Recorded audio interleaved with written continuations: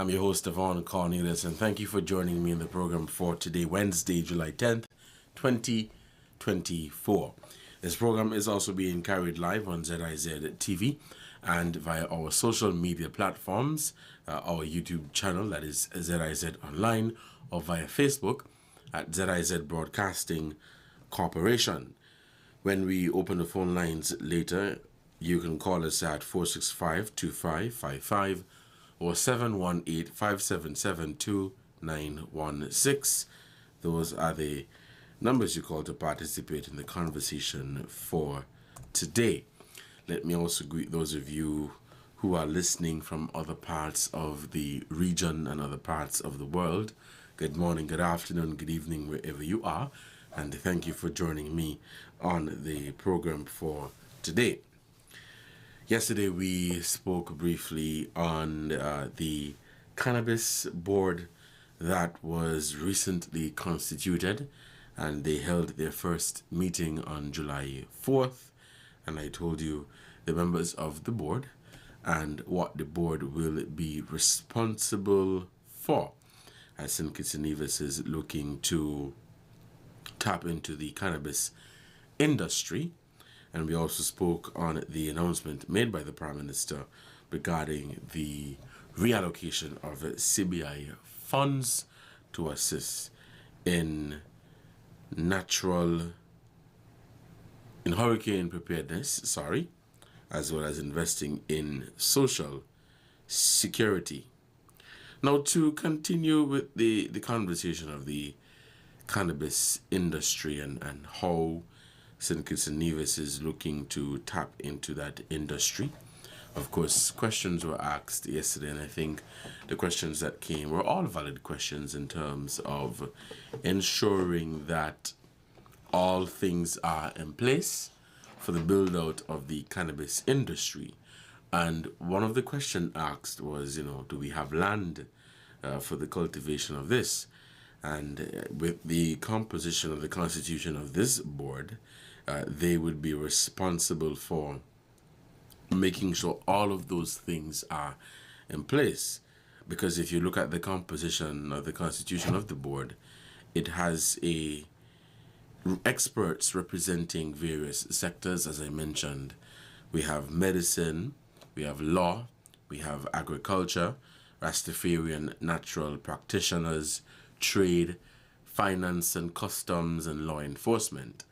And they are the experts in the respective fields, and they will be doing the groundwork to ensure the proper build-out of the industry. Other countries in the region, in particular St. Vincent and the Grenadines, have been looking at investing in the cannabis industry and how it could benefit their local economy. I know whenever one thinks about cannabis, the first thing that comes to mind is smoking. Whenever one thinks about the legalization or the decriminalization of cannabis, the first thing that comes to mind is smoking. That is the first thing that comes to mind. One thinks that it is the only use of cannabis, and it is the only thing that could be derived from cannabis. But looking at it from a broader standpoint or a broader picture in terms of how it can contribute to the economy, looking at medicinal cannabis, looking at recreational use of cannabis, and making different products from cannabis. And so that is not the only use of the drug, or the use of cannabis, let me say. It is not the only use of that. Hence the reason why countries have decided to decriminalize cannabis. Others have decided to legalize it completely. And others are looking to tap into the industry. And as I mentioned on Tuesday, it is a part of diversifying one's economy. instead of having all of your eggs in one basket. For those of you who are not aware of who the board members are for the Cannabis Board, let me just give you a quick reminder. And as I mentioned, they represent medicine, law, agriculture, Rastafarian natural practitioners, trade, finance, customs, and law enforcement. The members of the board are Dr. Denzel Douglas, Levi Bradshaw, Curtis Martin, Everton Delaney, Samantha Reed, that's Ras Iyer, Iroy Pinney, that's Ras Iroy, Maurice Flanders, Tavo Sargent, Terence DaCosta, Keno Cotton, Nickel Newton, Jihan Williams Knight, Lynn V. Burnham, and Andre Mitchell. And their meeting on July 4th included a review of the cannabis-related legislation, emphasizing the board's crucial role. The Minister of Agriculture, Samuel Duggins, delivered a presentation outlining the Ministry of Agriculture's vision for the cannabis sector, underscoring the importance of the board's efforts in realizing this vision. Dr. Garfield Alexander followed with an update on the Medicinal Cannabis Authority, detailing the process to date and the forthcoming steps towards licensing. Key administrative issues, including staffing and the outfitting of the authority, were also addressed. The discussions were robust and focused on setting a solid foundation for the authority's operational success. That is the Cannabis Board, recently constituted here in St. Kitts and Nevis. St. Vincent and the Grenadines has a Medicinal Cannabis Authority. They have a website, so for those of you who may want to know more information or find out more information about the Medicinal Cannabis Authority, you can check them out at mca.vc. That is mca.vc, and you can get all of the information as it relates to the cannabis industry or the Medicinal Cannabis Authority in St. Vincent and the Grenadines and the work that they have been doing. You can find information about legislation and all of that, licensing, application forms, and all that you need to do, and general news about the Medicinal Cannabis Authority there in SVG. We will take a break, and when we come back, we'll continue our conversation here on The Edge.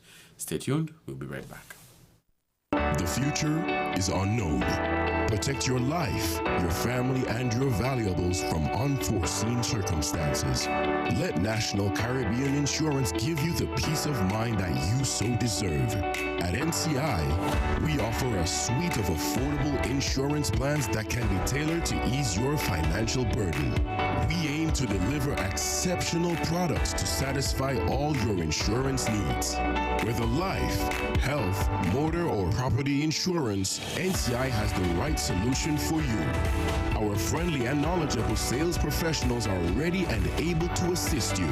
Let National Caribbean Insurance Company Limited help you to prepare for the unexpected. We serve, we protect, we satisfy. That's NCI.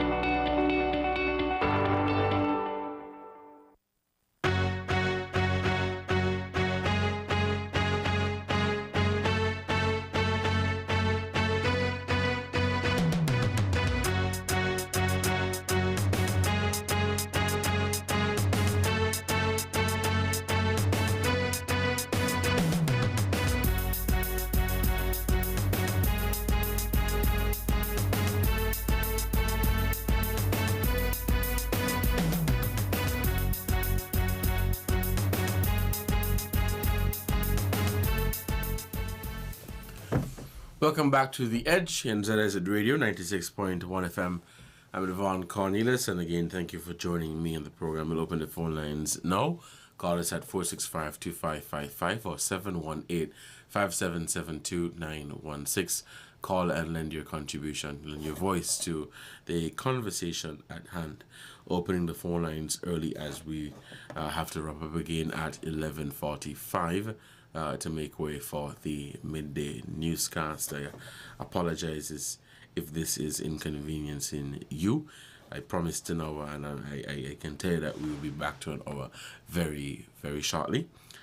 But the phone lines are now open. You can call and add your voice to the conversation at hand by calling us at 465-2555 or 718-577-2916.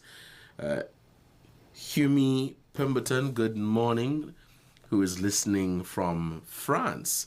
Thank you so much for joining me on the program for today. So we have people listening from all parts of the world. It's not just St. Kitts and Nevis, but people from all over the world who are listening. So thank you for joining me on the conversation for today. If you're just tuning in, talking about the Medicinal Cannabis Authority, or the Cannabis Board that was recently constituted here in St. Kitts and Nevis, and the work that they intend to do for the build out of the cannabis sector. We know that this has been the talk in St. Kitts and Nevis for quite some time, and we're now seeing the composition of a board in terms of what they intend to do, and we hope to see some real progress on that. Of course, people have said that they don't want it to be a case where we just have the composition of the constitution of this board and you don't see anything happening. We want to see real progress in the cannabis industry, and I definitely believe that it is an industry where our people can make millions, and economies can definitely benefit from the contribution of the cannabis sector. Doing some quick research, it says the Caribbean is expected to see revenue in the cannabis market reach about $320 million US in 2024, and the revenue is projected to show an annual growth of 1.39%, leading to a market value of $343.1 million. So the cannabis industry is no joke, and it should not be taken very lightly. If we say that we're going to invest in this industry, we ought to be serious, and we ought to do our homework, and we ought to ensure that we understand the pros and cons and do what is necessary. I know the Caribbean is known for being a tourism hub, tourism being our bread and butter, but I believe it is high time that we tap into a different industry, and why not cannabis? If you look at Grenada, the government of Grenada, in keeping with its stated intention to develop a cannabis industry that will focus on the medicinal and industrial uses of the plant, is working to develop a comprehensive approach to the issue, ultimately leading to the passage of cannabis legislation. The Ministry of Agriculture there, in an update, said legislation will address the medicinal and scientific purposes of cannabis, as well as its potential to create employment and generate foreign exchange. The Minister of Agriculture, Lands and Forestry, Lennox Andrews, has expressed confidence in the members of a new working committee, saying they are committed to the mandate by the Cabinet to submit proposals on the way forward for the cannabis industry by September of this year. He said, quote, "I have met with the committee and they have all given their commitment to the task at hand, and I have full confidence that the committee will go to work within the time frame and deliver on time." The term of engagement of the previously established commission expired in November 2023.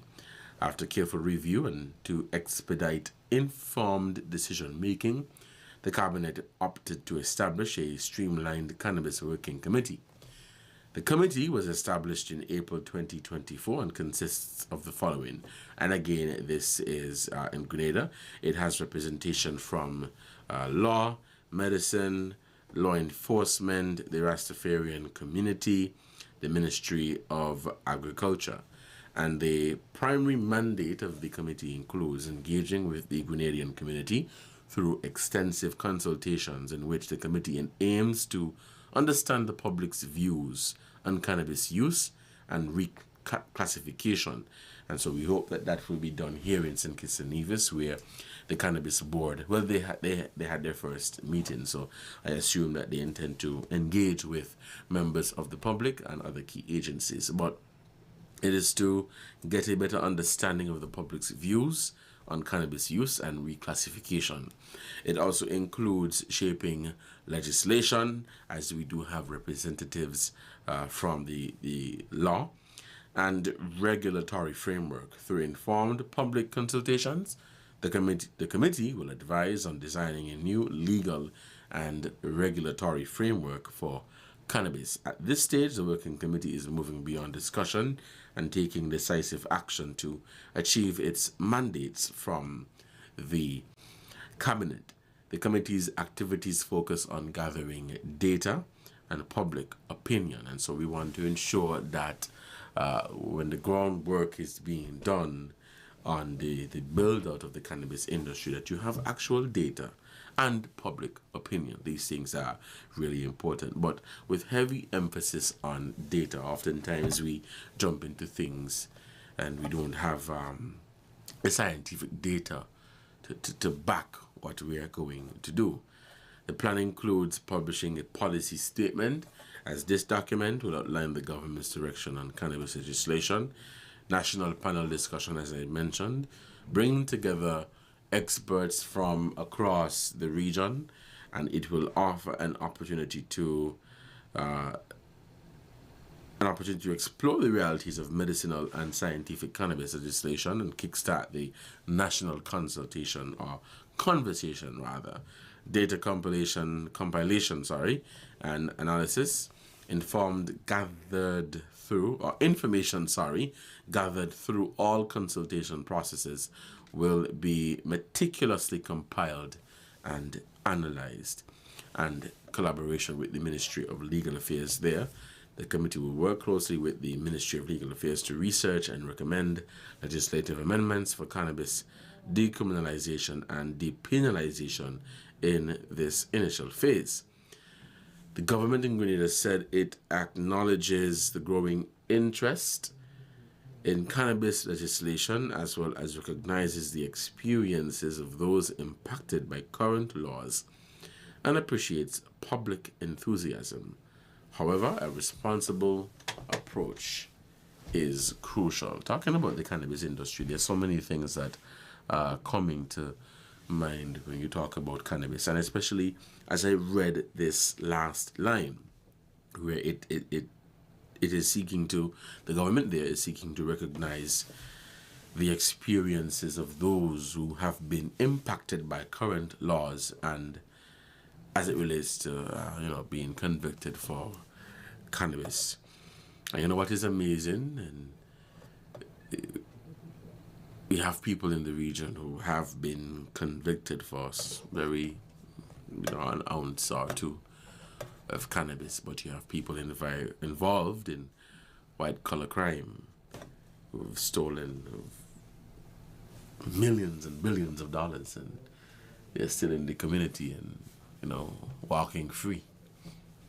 There are people who have done some heinous things and they're still operating in society. They're still living a very normal life. And so I look forward to the discussion on here and across the region, the discussion on people who have been impacted by the current laws as it relates to the use of marijuana.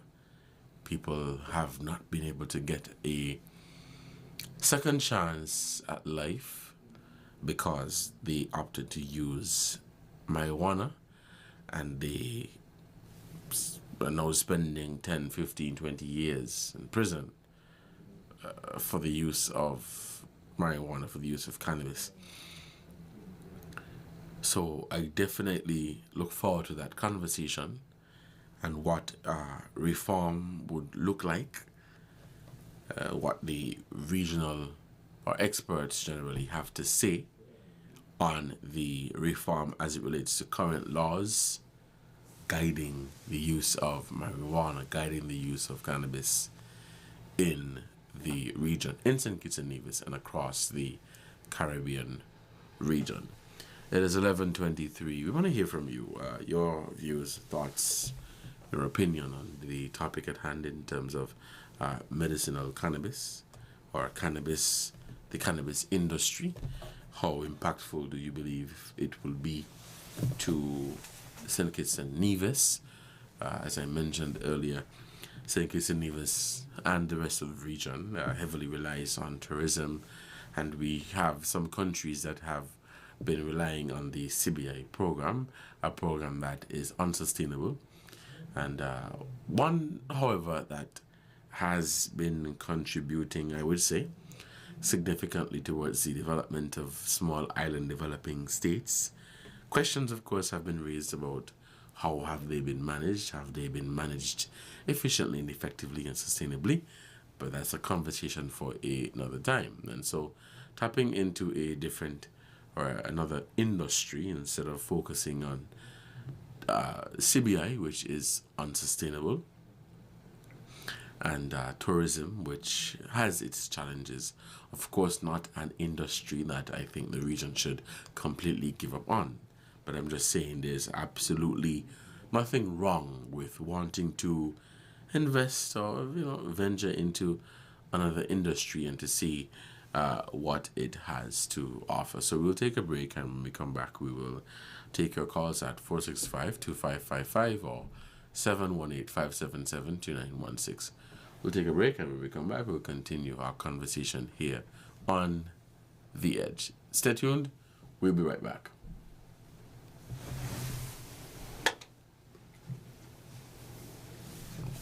The future is unknown. Protect your life, your family, and your valuables from unforeseen circumstances. Let National Caribbean Insurance give you the peace of mind that you so deserve. At NCI, we offer a suite of affordable insurance plans that can be tailored to ease your financial burden. We aim to deliver exceptional products to satisfy all your insurance needs. Whether life, health, motor, or property insurance, NCI has the right solution for you. Our friendly and knowledgeable sales professionals are ready and able to assist you. Let National Caribbean Insurance Company Limited help you to prepare for the unexpected. We serve, we protect, we satisfy. That's NCI.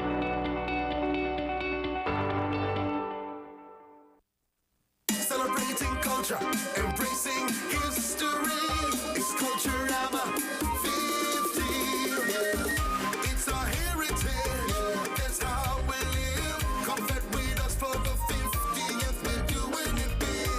Pulsating sounds, masquerading clowns. String on a big drum, we'll be taking over town. 'Cause we're celebrating culture, embracing history. It's Culturama 50.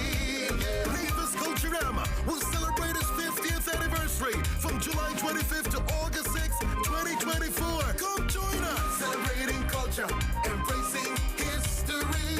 It's Culturama 50. Celebrating culture, embracing history. It's Culturama 50. Yeah.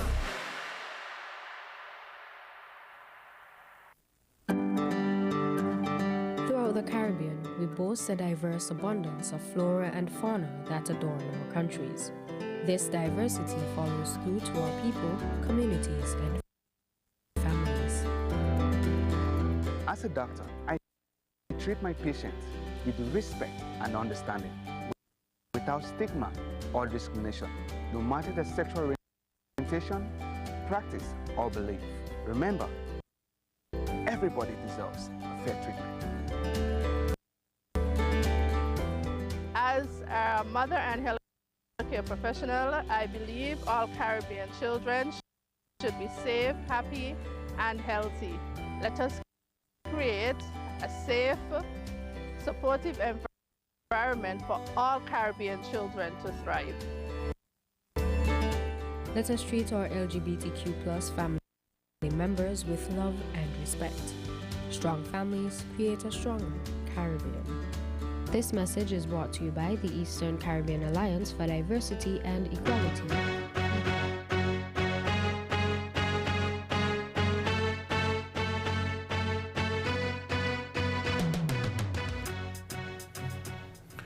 Hello and welcome back to The Edge in ZIZ Radio 96.1 FM. I'm Devonne, Cornelius, and thank you for your contribution. Thank you for your time in listening to this conversation for today.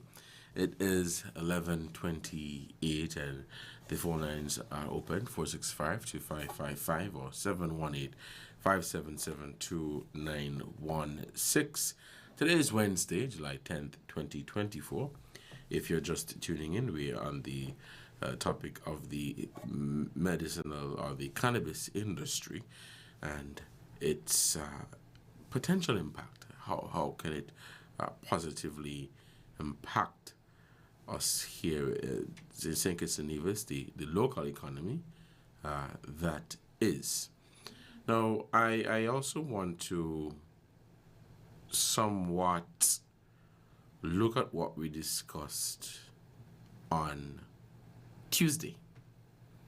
I realize that this is a national conversation, and it is something that I think I'd want to continue on, and it relates to the scrutiny of a CBI program or scrutiny the CBI programs in the region have been receiving over the past few months. We recently had it is still an active matter, but we have the MSR media lawsuit and other concerns by the international community.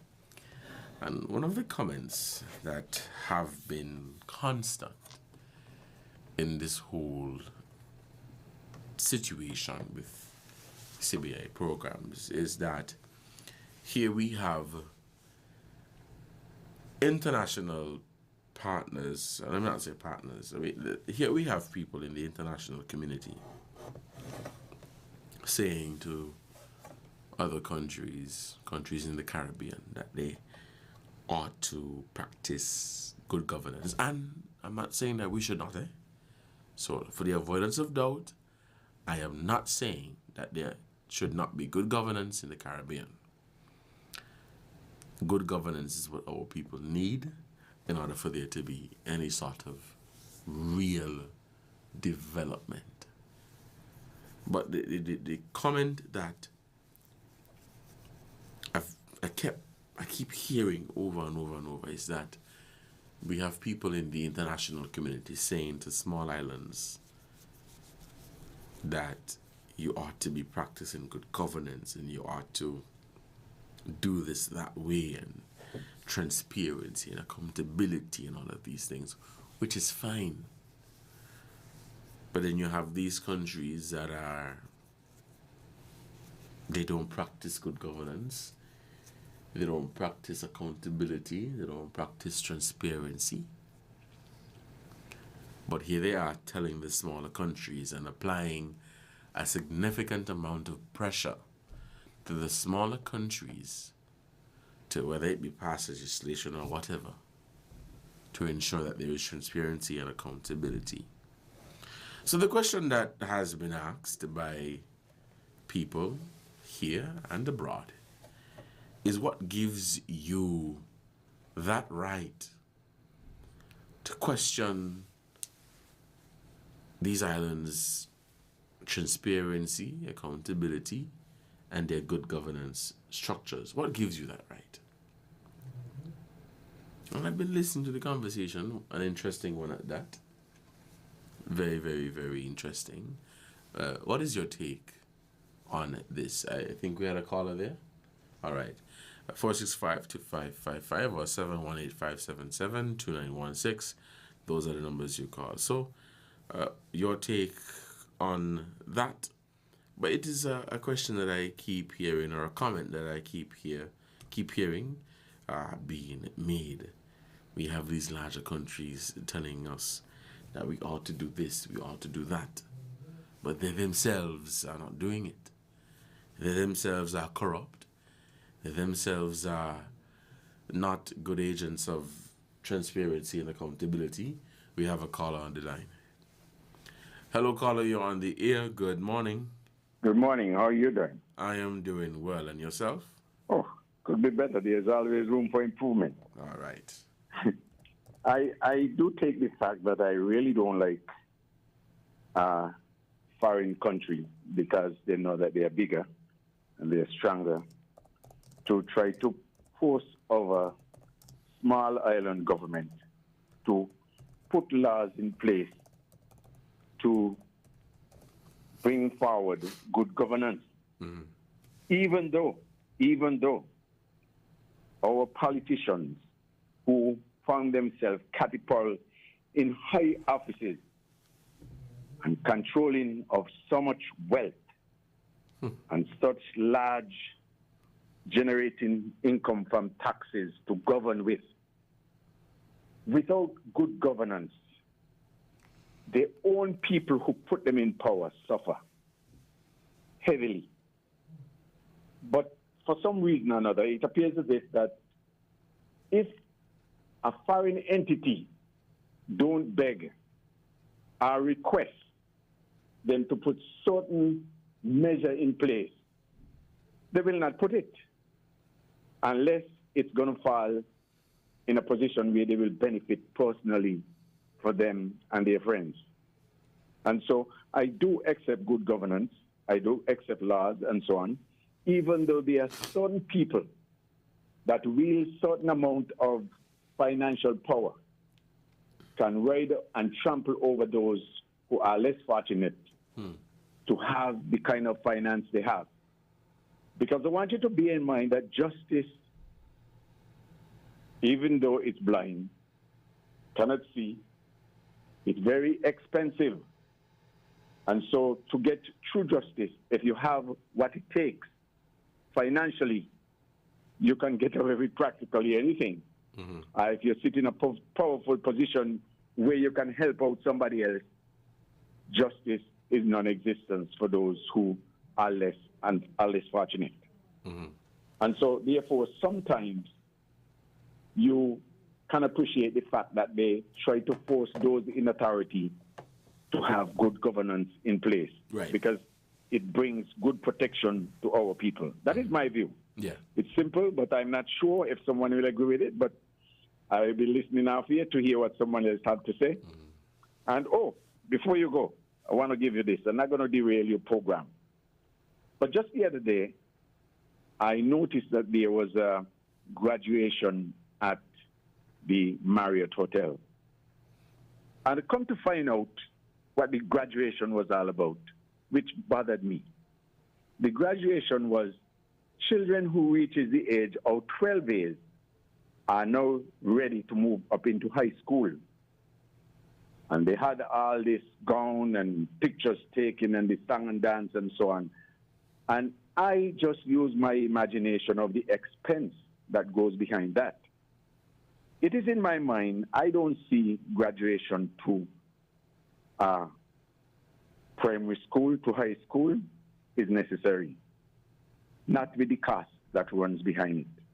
I feel better that that money should be put forward to prepare them for high school, for books and so on, rather than having you could have a party, a school party of moving out, yes. But to have that kind of session, that financial session, it bothers me. That money could be very, very well put to use because they graduate from what? And to what? They move up because the age dictate that, not because they're qualified to do so. Some of them can't even read or spell the name. So to me, I think we could do better than what we are doing, rather than having a party to say the graduation. Take out the word graduation, you have a moving up party. Don't say graduation then if you want to say you're doing something. All right. Moving on party. Because your age dictate that, not your qualification. Because if you go to university, you cannot graduate unless you qualify, unless you pass the subjects that are expected of you. That's my imagination. You can give your input and listen. And somebody teach me. I'm willing to learn. Interesting input. And I think that will fuel another very interesting discussion. We have some more callers, so let's take these calls. Hello, caller. Oh, Yes, 465-2555. A very interesting. We have a caller? Okay. Caller, you're on the air. Good morning. I'm not getting that one. Hello, caller, you're on the air. Good morning. Okay, good morning. You hearing me? Yes, I'm hearing you now, yes. Okay, I was listening to this board that was recently put in place, the cannabis board. Yes. Is Ras Kalunji a part of it? Do you know? No, I don't see his name here. How come? Because he was always one of those people pushing this thing, so how come he's not a part of the board? I don't know why he is not a part of the board. What I can tell you is that there is representation from Rastafarian natural practitioners, and we have here Ras Aya and Ras Iroy. Okay, thank you. You're welcome. Okay. You're listening to The Edge. Let's head back to the phone lines and we'll take some more calls. Hello, caller, you're on the air. Good morning. Good morning, Devonne. Good morning. Yes. I think because of our experience with governments, it has not been good in the area of good governance. Okay? They have to be brought kicking and screaming to the table of good governance. And even while they're in opposition, they recognize the need for it. Okay? When they get into power, for some reason, they operate just like the government before, insofar as that is concerned. Basically just making cosmetic steps towards it, but not actually making sure that it is implemented and more importantly, operationalized, because it has to be seen to be working. You can't just have things on the books and they're not enforced, or the people who are supposed to deal with the enforcement and the monitoring are not doing their jobs. Okay? And that has been our experience in the past with good governance. We are nowhere near where we should be, insofar as that is concerned. If we were, a lot of the scandals and the corruption and so on that people talk about would not have been happening. So yes, it's hypocritical for countries, larger countries, to be putting pressure on us in that area, but the unfortunate fact is, if they don't do it, there's unlikely to be movement in that area. And despite the fact that, yes, we can talk about the double standards and so on, the fact remains that they do, certainly in that area, they are a cut above us. Okay, there's some kind of accountability and transparency, and their press works. You know, they can access information. You know, so things, it's harder to hide things there. Not so in these territories. So I don't mind them putting pressure on us one bit. And lastly, you know, there are some international watchdogs like Transparency International, and there's another one that we used to access. I've forgotten the name of it, but basically it deals with our governance issues. I haven't heard from them for a while, and it would be interesting to go on the website and see if they in fact rate us, because they rate countries according to their governance structures and so on. And it would be interesting to see where we are in relation to other countries on that, with the major indicators. Okay? So, yeah, I know it's a tough pill that it seems as if these people didn't have no moral right to be calling us out for our governance. But the fact is, if they don't do it, we, on our own, for some reason, do not seem capable of doing it. So by all means, let them do it. You know, just remember the goal. The goal is to get good governance, by whatever means, and if it takes international pressure, so be it. Right? Yeah. All right, Carl, Okay. thank you for your contribution. I totally see where you're coming from there. A lot of the reform and restructuring of CBA programs in the region that we have seen in the last couple of weeks and months have been as a result of international scrutiny and pressure, as Caribbean leaders and politicians have been saying. There has been a lot of international pressure and scrutiny on our CBA programs, and the EU, in particular, calling for different things to be done differently. And as a result of those calls, there has been a restructuring. I read recently where the countries that operate CBA programs have come to a common ground, a common understanding. But our people here, and I say our people here, people in the region, our Caribbean people, they too have been calling for a restructure, more transparency, more accountability. But it appears as if those calls, somewhat fell on deaf ears, because it's only after the international community start to kick up a storm to say, hey, we need more transparency, more accountability, is when Caribbean countries who operate these programs began to do something. And that is the reality. It is a fact, because that is what has been happening. So yes, those countries, the international community, yeah, they are corrupt. Doesn't mean that they shouldn't say to us that we need to be doing better, in transparency and accountability as it relates to our CBA programs. Unfortunately, we are out of time. It's 11:45. I'm so sorry. We're going to have to wrap up our discussion for today. It was a very good discussion, short but sweet. And we will be back tomorrow to continue the conversation. So be sure to join me tomorrow, Thursday at 11 a.m. for another conversation on The Edge. I've been your host, Devonne Cornelius. Until next time, stay safe. Enjoy the rest of your Wednesday. Don't drink and drive. Don't text and drive. And please take it easy. Have a good one. We have coming up at noon our midday newscast. See you later.